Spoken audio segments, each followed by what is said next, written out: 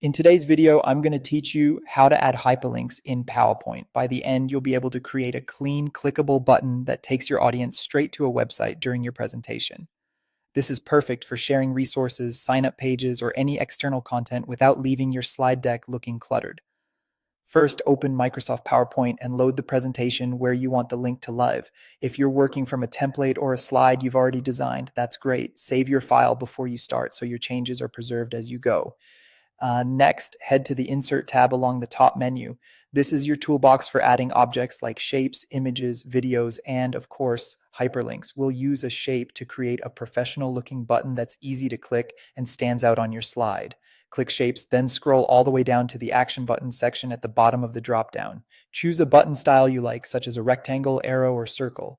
Click and drag on your slide to draw the button, then position it exactly where you want it. You can add a short label by typing directly into the shape, something clear like "click here" or "learn more."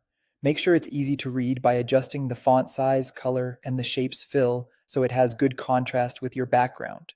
Now let's turn the shape into a working link. Right-click the shape and select Link or Hyperlink, depending on your version of PowerPoint. In the window that appears, choose Existing File or Web Page. In the address field at the bottom, paste or type the full URL you want to open.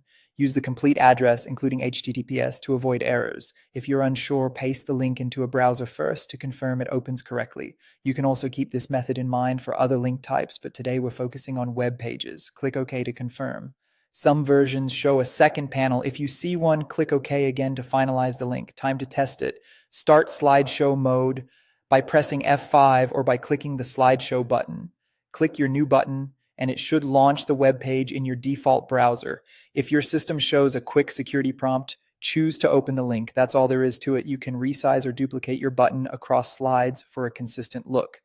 If this tutorial helped, don't forget to like the video and subscribe for more PowerPoint tips and tutorials.